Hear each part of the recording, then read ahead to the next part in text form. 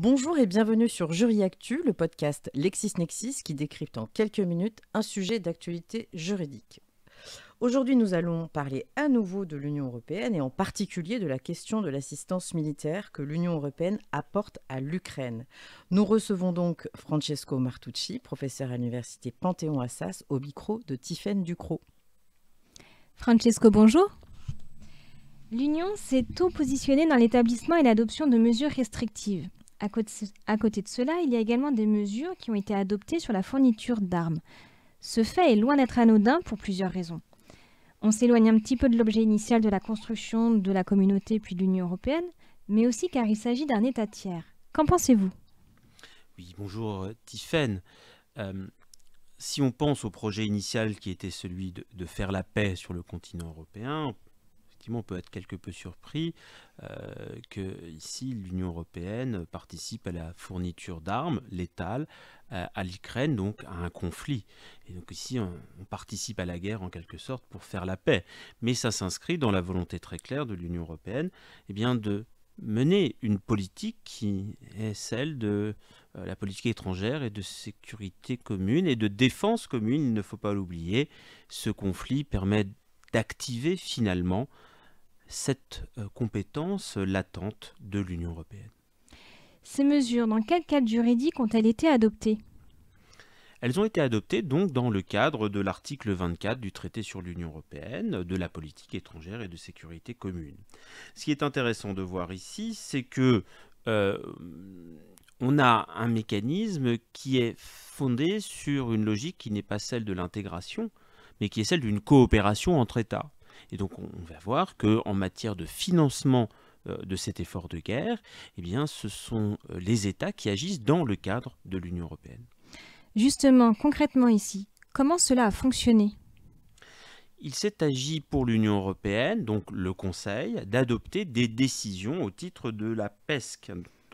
Et c'est ces décisions qui ont posé le principe d'un financement de fourniture d'armes à l'Ukraine. Ce financement s'effectue plus concrètement à travers une facilité qui porte un nom malvenu, c'est la facilité européenne pour la paix, la FEP, qui ici permet aux États membres, via ce véhicule européen, de participer à la fourniture d'armes à l'Ukraine dans son conflit armé avec la Russie. Mais comment a-t-on fait concrètement ? Est-ce que l'Union européenne a fait son marché ? Alors l'Union européenne, ici, demande aux États membres une participation financière qui ensuite permet une forme de redistribution entre les États en fonction de ce que les États apportent comme armement à l'Ukraine. Donc il y a une coordination en réalité d'un effort de guerre, évidemment, qui n'est pas produit par l'Union elle-même, mais par les États membres dans le cadre de coordination fixé par ces décisions PESC. J'en reviens à l'objectif initial de l'Union européenne. L'Union n'a pas une vocation militaire, mais plutôt sociale et économique. S'agit-il ici de mesures inédites ? Alors, le caractère inédit qui a été soulevé, notamment par une partie de la doctrine, c'est de mettre en évidence le fait que s'il ne s'agit pas de la première intervention de l'Union européenne dans un conflit armé, c'est la première fois malgré tout qu'il y a la fourniture d'armes létales. Et là, il y a une véritable avancée qui n'existait pas auparavant et qui fait dire à certains qu'on s'achemine vers une Europe de la défense. Ce vieux projet qui date, ne l'oublions pas, de 1954 et de l'échec du traité sur la communauté européenne de défense. Est-ce que c'est là une prémisse à une telle avancée ? La question est évidemment posée. Selon vous, est-ce que cela constituerait une nouvelle puissance ? Est-ce que l'Union devient-elle alors une nouvelle puissance ? On dit toujours de l'Union qu'elle est une puissance civile ou encore une puissance normative, à défaut d'être une puissance militaire. Je crois que pour l'instant, c'est davantage par les mesures restrictives, donc par l'économique, le financier, que l'Union agit. Et on voit là, pour des sommes qui restent somme toute dérisoires, on a commencé avec 450 millions d'euros de financement par la Facilité européenne la paix. Et puis on est passé quasiment au milliard et on pense qu'on va encore financer, mais on est sur des sommes qui restent dérisoires par rapport à ce que peut impliquer un effort de guerre. Donc on a une timide avancée vers une puissance militaire, où va être la coordination de puissances militaires, qui fait dire peut-être que l'Union européenne évolue vers la voie de ce qu'elle entend être une puissance géopolitique.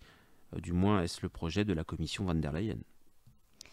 Peut-être pour conclure, quelques mots sur l'axe Budapest-Varsovie. Est-ce qu'il a volé en éclats selon vous? Alors il est intéressant de voir ici comment, de manière introspective, le conflit russo-ukrainien se répercute sur les équilibres constitutionnels de l'Union européenne.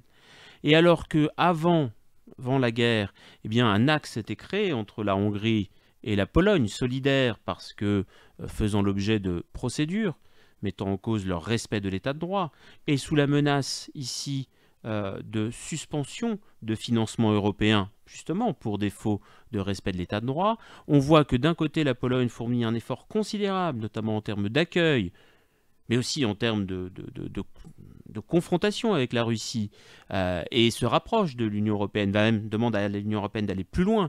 Et de l'autre, la Hongrie qui, avec la réélection de M. Orban, eh bien, au contraire, se détache de l'Union européenne et se rapproche de la Russie.